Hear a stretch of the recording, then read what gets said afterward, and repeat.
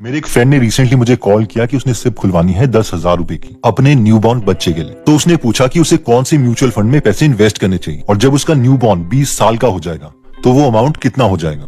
तो मैं उसे म्यूचुअल फंड एक्सप्लेन करने लग गया। इस पर उसने मुझसे काफी क्वेश्चंस पूछे कि 20 साल में रिटर्न कितना होगा, अगर उतने पैसे मुझे नहीं मिले तो, अगर मैं पैसे निकालूं और उस वक्त मार्केट डाउन हुई तो क्या होगा, पैसे निकालने पर टैक्स कितना लगेगा एंड सो ऑन। मुझे लगता है कि ये सवाल आपके भी मन में होंगे, तो मैं इन सारे क्वेश्चंस के आंसर बहुत ही सिंप्लीफाइड वे में एक्सप्लेन करूंगा। तो उस वीडियो को पूरा देखिएगा। इसके बाद सिप के रिगार्डिंग आपके मन में कोई डाउट नहीं आएगा। आई नो ये वीडियो आपके लिए बहुत वैल्यूएबल रहेगी। तो इससे पहले कि मैं स्टार्ट करूं, ये मैसेज देना जरूरी है कि ये वीडियो फाइनेंशियल एडवाइस नहीं है और आपको अपने फाइनेंशियल डिसीजन खुद लेने पड़ेंगे, लेकिन ये मेरी लर्निंग्स है जो आपको कॉन्सेप्ट समझने में हेल्प करेगी। Okay, so let's start my dear brothers and sisters. तो सबसे पहले सबसे बेसिक क्वेश्चन से स्टार्ट करते हैं। क्वेश्चन नंबर 1, म्यूचुअल फंड्स हैं क्या और कौन कौन से हैं? तो म्यूचुअल फंड का बेसिक मतलब है कि काफी सारे लोग मिलकर एक प्रोफेशनल को पैसे देंगे और वो प्रोफेशनल अपनी समझ से कंपनीज में पैसे इन्वेस्ट करेगा और जितना प्रॉफिट या लॉस होगा वो सब में उसी रेशो में बांट दिया जाएगा जिस हिसाब से हमने पैसे इन्वेस्ट किए हैं। तो म्यूचुअल फंड्स बेसिकली दो तरीके के होते हैं, actively managed and passively managed mutual funds. Actively managed mutual funds वो हैं जिनमें प्रोफेशनल्स एक्टिवली हर रोज अपना टाइम स्पेंड कर रहे हैं नई नई कंपनीज के शेयर्स ढूंढने के लिए, और पैसिवली मैनेज्ड म्यूचुअल फंड्स वो हैं जिनमें पहले से कोई रूल सेट है कि किस तरीके से पैसे लगेंगे और इसकी वजह से प्रोफेशनल्स को अपना दिमाग नहीं लगाना पड़ता, जिसकी वजह से प्रोफेशनल्स इन फंड्स के लिए कम पैसे चार्ज करते हैं। एक एग्जांपल ले लेते हैं, ICICI prudential technology direct plan growth एक एक्टिवली मैनेज्ड म्यूचुअल फंड है जो हम यहाँ देख सकते हैं। यहाँ पर हम देख सकते हैं कि ये इन्फोसिस, HCL, टेक महिंद्रा, TCS जैसी कंपनीज में पैसे इन्वेस्ट कर रहा है। अगर हम इसमें फंड मैनेजमेंट में जाते हैं तो शंकरन नरेन, अश्विन जैन और उनकी टीम हमारे पैसों को इन्वेस्ट करेगी, और अगर हम एक्सपेंस रेशो को देखें तो वो 0.79% है, यानी इसके लिए ये मैनेजमेंट हमसे 0.79% फीस चार्ज करेगी हर साल। अब हम बात करते हैं नेक्स्ट फंड की। ये है SBI Nifty index fund plan direct growth, जो की एक पैसिवली मैनेज्ड म्यूचुअल फंड है, यानी एक रूल के अकॉर्डिंग इसमें पैसे इन्वेस्ट किए जाएंगे। और इस पर्टिकुलर केस में रूल ये है कि पैसे फंड मैनेजमेंट हमेशा इंडिया की टॉप 50 कंपनीज में ही लगाएगा, उनकी मार्केट कैपिटलाइजेशन के अकॉर्डिंग। इसमें पिछले फंड के कंपैरेटिवली एक्सपेंस रेशो कम है 0.17%, और इन फंड्स को हम इंडेक्स फंड्स कहते हैं। इसमें हम देख सकते हैं कि रवि प्रकाश शर्मा इस फंड को मैनेज कर रहे हैं। एक ही फंड मैनेजर है क्योंकि इसमें कोई ज्यादा दिमाग नहीं लगेगा। जैसे जैसे टॉप 50 कंपनीज की मार्केट कैप चेंज होती रहेगी, ये पैसे उसी के अकॉर्डिंग शिफ्ट करते रहेंगे। ओके, तो अब नेक्स्ट सवाल आता है क्वेश्चन नंबर 2 कि सिप है क्या? तो सिप का मतलब है सिस्टमैटिक इन्वेस्टमेंट प्लान, यानी एक बार हमने किसी म्यूचुअल फंड में सिप स्टार्ट कर ली तो हर महीने पैसे उस पर्टिकुलर म्यूचुअल फंड में जाते रहेंगे। हमें कोई अपना दिमाग यूज नहीं करना पड़ेगा, कोई ब्रेन साइकिल्स यूज नहीं होंगे, अपनी लाइफ हम एंजॉय कर सकते हैं। क्वेश्चन नंबर 3, कौन सा म्यूचुअल फंड बेटर है और किसमें कितने परसेंटेज रिटर्न मिलता है? ये एक डिबेटेबल क्वेश्चन है, लेकिन अगर मैं अपने प्रेफरेंस की बात करूं तो मुझे इंडेक्स फंड्स पसंद हैं, जैसे कि ऊपर वाला SBI Nifty direct growth plan. अब आप पूछेंगे कि ऐसा क्यों? तो इसके 3 रीजन हैं। रीजन 1, मैंने जॉन बॉगल जिन्होंने इंडेक्स फंड का कॉन्सेप्ट दिया था, उनकी मैंने काफी बुक्स पढ़ी हैं, उनके इंटरव्यूज देखे हैं, तो उनकी थ्योरी से मैं बिल्कुल सेटिस्फाइड हूँ। तो उनका कहना यह था कि कौन सा म्यूचुअल फंड बेटर करेगा वो हम कह नहीं सकते, और काफी म्यूचुअल फंड्स बीच में बंद हो जाते हैं या किसी और म्यूचुअल फंड में मर्ज हो जाते हैं। तो इसीलिए क्यों हमें होशियारी मानी, चुपचाप से उतने परसेंटेज का रिटर्न ले लो जिससे आपके देश की टॉप कंपनीज ग्रो हो रही है। सेकंड रीजन मेरा म्यूचुअल फंड को पसंद करने का ये है कि वॉरेन बफेट ने प्रोटेजे पार्टनर्स नाम के म्यूचुअल फंड के साथ 7 करोड़ रुपए की शर्त लगाई थी कि लॉन्ग रन में actively managed mutual funds better perform नहीं कर सकते, और इसके लिए प्रोटेजे पार्टनर्स ने अपने टॉप 5 म्यूचुअल फंड्स चूज करे थे और उनमें से एक भी म्यूचुअल फंड इंडेक्स फंड से बेटर नहीं कर पाया। तो जब दुनिया का बेस्ट इन्वेस्टर बोल रहा है कि इंडेक्स फंड में इन्वेस्ट कर लो, तो हम उनके खिलाफ क्यों जाएं?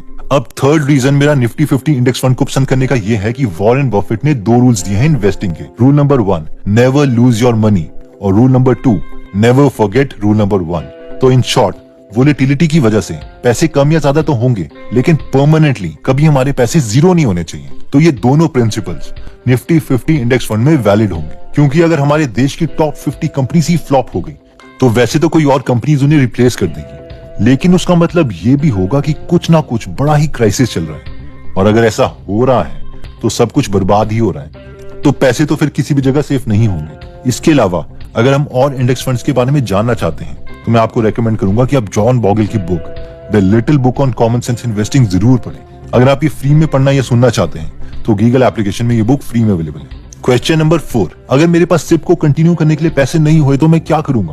तो जवाब ये है कि कुछ नहीं होगा। ये इन्वेस्टमेंट है, कोई बैंक की EMI नहीं कि हम पर केस कर दिया जाएगा। अब जब चाहे सिप बंद करवाओ, सिप स्टार्ट करो, 2-2 सिप चलाओ, 4 सिप स्टार्ट करो, या एक साथ ज्यादा पैसे इन्वेस्ट कर दो किसी एक म्यूचुअल फंड में, और जब चाहे पैसे निकाल लो। तो सिप से डरने की बिल्कुल जरूरत नहीं है।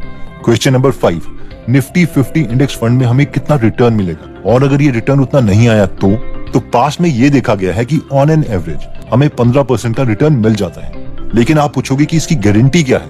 तो कोई गारंटी नहीं है। तो लॉजिक ये है कि 15% अगर नहीं, लेकिन फिर भी बैंक से ज्यादा तो हमें रिटर्न मिलना ही चाहिए, क्योंकि अगर बैंक में ज्यादा परसेंटेज रिटर्न मिल रहा होगा तो कोई भी बिजनेसमैन अपनी कंपनी क्यों चलाएगा? वो फिर बैंक में ही पैसे डाल के अपने पैसे ग्रो ना कर ले। इसलिए इंडिया की टॉप 50 कंपनीज का एवरेज रिटर्न 15% ना सही, लेकिन बैंक से तो ज्यादा ही होना चाहिए। क्वेश्चन नंबर 6, जो हर कमेंट में मुझसे पूछा जाता है कि जब मैं पैसे निकालूं और उस वक्त मार्केट डाउन हुई तो इसका जवाब यह है कि हम कुछ नहीं कर सकते, हमें वेट ही करना पड़ेगा, और हो सकता है कि अगले 5 साल तक वेट करना पड़े, क्योंकि अगर हमने डाउन मार्केट में पैसे निकाल लिए फिर तो वो पेपर लॉस रियल लॉस बन जाएगा। इसलिए सारे इन्वेस्टर्स रेकमेंड करते हैं कि वो वाला अमाउंट कभी भी इन्वेस्ट मत करो जो लॉन्ग टर्म में हमें चाहिए। इसलिए 10 साल तो मिनिमम हमारा इन्वेस्टिंग पीरियड होना ही चाहिए। क्वेश्चन नंबर 7, कौन सा प्लेटफॉर्म बेटर है पैसे इन्वेस्ट करने के लिए? और अगर ये प्लेटफॉर्म हमारे पैसे चुरा के ले गया तो इसका जवाब है कि कोई भी प्लेटफॉर्म हम यूज कर सकते हैं, बस वो सेबी से रेगुलेटेड होना चाहिए। हम चाहे तो डायरेक्ट बैंक में जाकर उन्हें बोल सकते हैं कि हमें किस म्यूचुअल फंड में इन्वेस्ट करना है। फॉर एग्जाम्पल SBI में जाकर हम बोल सकते हैं कि हमें Nifty 50 index fund direct growth plan में इन्वेस्ट करना है, और एक सिंपल फॉर्म भर के हम अपनी सिप स्टार्ट कर सकते हैं। ऑनलाइन प्लेटफॉर्म की बात करें तो मैं ग्रो यूज करता हूँ। इनका UI अच्छा है और ये म्यूचुअल फंड के लिए अभी कुछ पैसे चार्ज नहीं कर रहे। फिर भी अगर हमें डाउट है कि जिस प्लेटफॉर्म में हम म्यूचुअल फंड की सिप स्टार्ट कर रहे हैं, क्या वो पैसे उस प्लेटफॉर्म के पास ही तो नहीं रह गए, या फिर वो एक्चुअल में उन पैसों को ट्रांसफर कर रहे हैं, तो लेट्स से कि हम SBI का Nifty 50 direct growth plan grow application से स्टार्ट करवाते हैं, तो हम SBI बैंक में जाकर अपना फोलियो नंबर दिखा सकते हैं और उन्हें पूछ सकते हैं कि हमारी कौन सी सिप चल रही है और उसमें उनके पास कितने पैसे डिपॉजिट हो रहे हैं हर महीने। तो जिन्हें नहीं पता, जब हमारी सिप स्टार्ट हो जाती है तो उसके बाद हमारी ईमेल आईडी पर एक PDF मिलती है जिसमें फोलियो नंबर दिया जाता है, और ये PDF उस ऑर्गेनाइजेशन या बैंक से आती है जिसकी म्यूचुअल फंड स्कीम हमने ले रखी है। तो यही फोलियो नंबर हम बैंक में जाकर कंफर्म कर सकते हैं। क्वेश्चन नंबर 8, मैं सिप ही क्यों करूं? एक ही बार में पैसे इन्वेस्ट क्यों ना कर दूं? ओके, तो ये एक बहुत ही अच्छा क्वेश्चन है, क्योंकि मुझे बार बार कमेंट से ईमेल्स आती हैं कि मैं 1 लाख रुपए इन्वेस्ट करना चाहता हूं, क्या मैं इन्वेस्ट कर दूं SBI निफ्टी 50 में एक साथ? तो इसके लिए हम एक एग्जाम्पल देखते हैं। इस चार्ट में अगर हम एक पीक देखें तो 4 जनवरी 2008 में निफ्टी की वैल्यू थी 6274.30, और एग्जैक्टली 10 साल के बाद 5 जनवरी 2018 में निफ्टी की वैल्यू थी 10558.85, यानी हर 6274 रुपए जो हमने इन्वेस्ट किए थे तो वो अप्रोक्सीमेटली 10,558 रुपए में कन्वर्ट हो चुके हैं। अब जरा देखें इसका CAGR compounded annual growth rate कितना बना। तो हम कोई भी ऑनलाइन कैलकुलेटर उठा सकते हैं इसे कैलकुलेट करने के लिए। लेट्स से हम ग्रो का ही कैलकुलेटर उठा लेते हैं और उसमें वैल्यूज डालते हैं।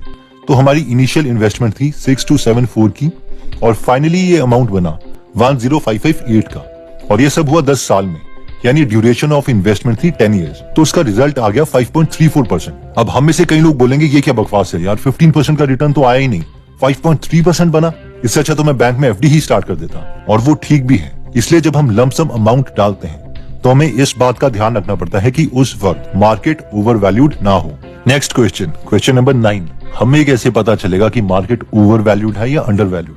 तो इसके लिए बहुत सारे मेथड्स हैं, जैसे कि PE ratio, dividend yield, beer ratio etcetera. इसे पीने वाली बियर मत समझना। Anyways, on a serious note, इन सब में से सबसे पावरफुल मेथड जो है वो है बफेट इंडिकेटर, और जैसे कि नाम से पता चलता है ये वॉरेन बफेट ने दिया था। तो ये इंडिकेटर कहता है कि बस मार्केट कैप और GDP का रेशो ले लो और वो देखो कितना आया। तो एक्सपर्ट्स बोलते हैं कि इंडिया के केस में अगर ये रेशो 0.5 से लेकर 0.75 तक आता है तो मार्केट अंडर वैल्यूड है, यानी हम मार्केट में लमसम पैसे इन्वेस्ट कर सकते हैं और एवरेज से ज्यादा का रिटर्न एक्सपेक्ट कर सकते हैं।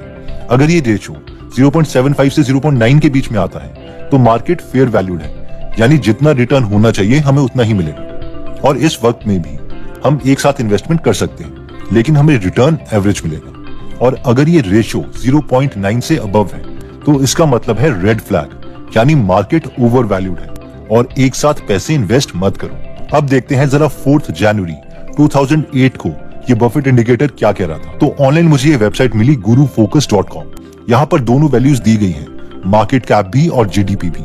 इसमें एग्जैक्ट डेट्स तो नहीं है लेकिन आसपास की डेट्स हैं, तो मार्केट उतनी चेंज नहीं हुई थी। तो हम 20 जनवरी 2008 में देखते हैं कि उस वक्त Indian GDP approximately 49870.90 billion rupees थी, जबकि मार्केट कैप 61906.10 बिलियन रुपीस था। तो अब अगर market cap to GDP ratio लेते हैं तो ये नंबर बनता है 61906.1 divided by 49870.90 is equal to 1.24, जो कि 0.9 से ज्यादा है। ऑब्वियसली ये ओवर वैल्यूड मार्केट थी और इस टाइम एक साथ पैसे इन्वेस्ट नहीं करने चाहिए, और यही रीजन है कि पिछले एग्जांपल में हमें 5.3% का रिटर्न मिला 15% के बजाय। तो अब आप में से जो लोग ये देखना चाहते हैं कि अभी मार्केट का स्टेटस क्या है, तो ये मैं वीडियो बना रहा हूं 2 नवंबर 2011 में, और इस वक्त मार्केट कैप है 226,109 बिलियन रुपीस और जीडीपी है 190,540 बिलियन रुपीस। तो मार्केट कैप और जीडीपी का रेशियो बना 226,109 divided by 190,540 is equal to 1.18। तो मार्केट आज भी ओवर वैल्यूड है और एक साथ पैसे निफ्टी में लगाना लॉजिकल स्टेप नहीं रहेगा। और हाँ, जो हम में से सारे लोग अभी इन्वेस्ट कर रहे हैं और मार्केट क्योंकि इंक्रीज हो भी रही है जिसकी वजह से उन्हें रिटर्न भी मिल रहा होगा, तो कुछ टाइम के बाद जरूर मार्केट की करेक्शन होगी, यानी अपनी ओरिजिनल पोजीशन में पहुंच जाएगी। तो जरा थोड़ा सोच समझ कर ही इन्वेस्ट करना। क्वेश्चन नंबर 10, तो क्या ये बेटर नहीं होगा कि हम सिप के बजाय हमेशा जब मार्केट अंडर वैल्यूड हो तभी इन्वेस्ट करें, क्योंकि ओवर वैल्यूड मार्केट के टाइम तो सिप की इंस्टॉलमेंट भी हमें नहीं देनी पड़ेगी। तो इसका आंसर है कि जब हम सिप में पैसे इन्वेस्ट करते हैं तो हम पीक में भी, यानी जब मार्केट ओवर वैल्यूड होती है तभी इन्वेस्ट कर रहे होते हैं, और बॉटम में, यानी मार्केट जब अंडर वैल्यूड होती है तभी इन्वेस्ट कर रहे होते हैं। और 10-20 साल तक जब हम सिप में इन्वेस्ट कर रहे होते हैं तो ऑन एन एवरेज एक ओवर वैल्यूड और एक अंडर वैल्यूड वाली पीक निकल गई होती है, इसलिए हमें एवरेज रिटर्न 12 से 15% तक का मिल जाता है। अब कई लोग सोचते हैं कि जब मार्केट अंडर वैल्यूड है तभी हम पैसे डालें और ओवर वैल्यूड मार्केट में निकाल के उसे एफडी में डाल दें। तो ये मेथड भी बहुत से लोग करते हैं और रिटर्न भी उन्हें अच्छा मिलता है, लेकिन इसमें हमें फिर एक्टिव रहना पड़ता है। हर रोज मार्केट चेक करनी पड़ेगी कि वो ओवर वैल्यूड है या अंडर वैल्यूड। और अभी तो सब बोल देंगे कि हाँ मैं कर लूंगा, लेकिन जब 10, 50, 300 दिन हो जाते हैं तो सब भूल जाते हैं। जो लोग लाइफ में मजा लेना चाहते हैं और इन्वेस्टमेंट में ज्यादा टाइम नहीं लगाना चाहते, उनके लिए सिप ही बेटर है। क्वेश्चन नंबर 11, क्या मैं सिप और वन टाइम पेमेंट दोनों एक साथ कर सकता हूँ? आंसर, हाँ, इसमें कोई प्रॉब्लम नहीं है। आप एक सिप चला सकते हैं, 2 सिप चला सकते हैं, 2 से ज्यादा सिप चला सकते हैं। कोई भी परमुटेशन कॉम्बिनेशन जो आप सोच सकते हैं उसे आप कर सकते हैं। क्वेश्चन नंबर 12, मैंने सिप में पैसे इन्वेस्ट किए थे और मेरे पैसे तो कम हो रहे हैं, ये क्या बकवास है? ओके, तो इसे हम कहते हैं वोलेटिलिटी, यानी लोग अपने शेयर्स को बेचकर या खरीदकर शेयर का प्राइस कम या ज्यादा करते रहते हैं। तो इसका रियल एग्जांपल ले लेते हैं निफ्टी का रियल डेटा लेकर। तो इसमें सिर्फ 3 कॉलम है, सिप डेट यानी जब हम पैसे इन्वेस्ट कर रहे हैं, क्यूमुलेटिव इन्वेस्टेड अमाउंट यानी अभी तक हमने कितने पैसे इन्वेस्ट कर चुके हैं, और मार्केट वैल्यू यानी हमारी इन्वेस्टमेंट बढ़कर या कम होकर कितनी हो चुकी है। तो 1/1/2001 को हमने 10,000 रुपए इन्वेस्ट किए थे और उनकी मार्केट वैल्यू थी 10,000 रुपए, और एक महीने के बाद यानी 1/2/2001 में हमने 10,000 रुपए और इन्वेस्ट किए, यानी टोटल हमने इन्वेस्ट कर दिए 20,000 रुपए, और इनकी मार्केट वैल्यू होगी 20,836 रुपए। तो इस वक्त हम खुश होंगे कि चलो कुछ पैसे तो बने।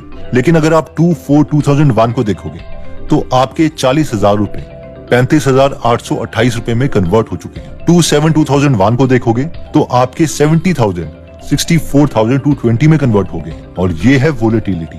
और इसी की वजह से सिर्फ हम कंटिन्यू नहीं कर पाते, क्योंकि हम सोचते हैं कि ये लॉस है, जबकि लॉस तभी होगा जब हम पैसे निकालेंगे। और असली में इसके एक रो तो 1 महीना है। 1 महीने में भी हर रोज आप अपना पोर्टफोलियो चेक करते रहोगे और वो कम ज्यादा होता रहेगा, इसलिए हम निराश होते रहेंगे।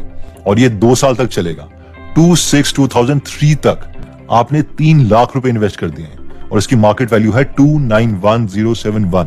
लेकिन 1/11/2004 में आपके 4,70,000 की वैल्यू 7,32,247 रुपए हो चुकी। इसे फास्ट फॉरवर्ड करते हैं 20 साल के बाद, तो 1/1/2021 तक आप 24,10,000 रुपए इन्वेस्ट कर चुके हैं और इसकी वैल्यू हो चुकी है 1,27,49,334 रुपीज। और अगर हम इस वोलेटिलिटी से कंफर्टेबल नहीं है तो हमें इन्वेस्ट नहीं करना चाहिए। एक और चीज अगर आपने नोटिस किया होगा तो हमें फायदा तब होता है जब मार्केट अंडर वैल्यूड होती है, यानी डाउन होती है, और उस वक्त जब हम सिप में पैसे इन्वेस्ट करते हैं तो हमें ज्यादा एनएवीज मिलते हैं।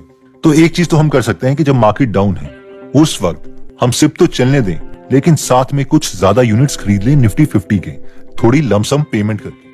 क्वेश्चन नंबर 13, हमारे पैसे कितने हो जाएंगे अगर हम 10,000 रुपए की सिप स्टार्ट कर लेते हैं? तो अगेन डिपेंड करता है कि आप पैसे कब विड्रॉ करते हो। अगर आप ओवर वैल्यूड मार्केट में पैसे निकालोगे तो आपको थोड़ा ज्यादा रिटर्न मिलेगा, अंडर वैल्यूड मार्केट में पैसे निकालोगे तो रिटर्न कम मिलेगा। लेकिन ऑन एन एवरेज ऐसा देखा गया कि 15% तक हमें मिल जाता है। तो अगेन ये श्योरिटी नहीं है, फिर भी अगर हम देखना चाहते हैं तो हम कोई भी सिप कैलकुलेटर ऑनलाइन उठा सकते हैं और उसमें वैल्यूज डाल सकते हैं। फॉर एग्जाम्पल, अगर मैं इसमें मंथली इन्वेस्टमेंट 10,000 रुपीज डालता हूँ, रेट ऑफ इंटरेस्ट 15% डालता हूँ, जो मैं ऑलरेडी डिस्कस कर चुका हूँ कि ये कम और ज्यादा हो सकता है, और मैं टाइम 30 ईयर्स डाल देता हूँ, तो ये अमाउंट 14 करोड़ 1,96,012 रुपीज हो जाएगा। क्वेश्चन नंबर 14, अगर पहले ही हमारा गोल अचीव हो जाता है तो क्या करें? ओके, तो मान लेते हैं कि 20 साल की उम्र में आपने अपने रिटायरमेंट के लिए सेव करना स्टार्ट किया था 10,000 रुपए 30 सालों के लिए, और हमें पता था कि 15% के हिसाब से हमें 14 करोड़ रुपए के आसपास मिलने थे, और हो सकता है कि 3 साल से पहले ही मार्केट ओवर वैल्यूड हो जाए और आपके 14 करोड़ रुपए बन गए हो। तो अब सवाल आता है कि हम रुकें,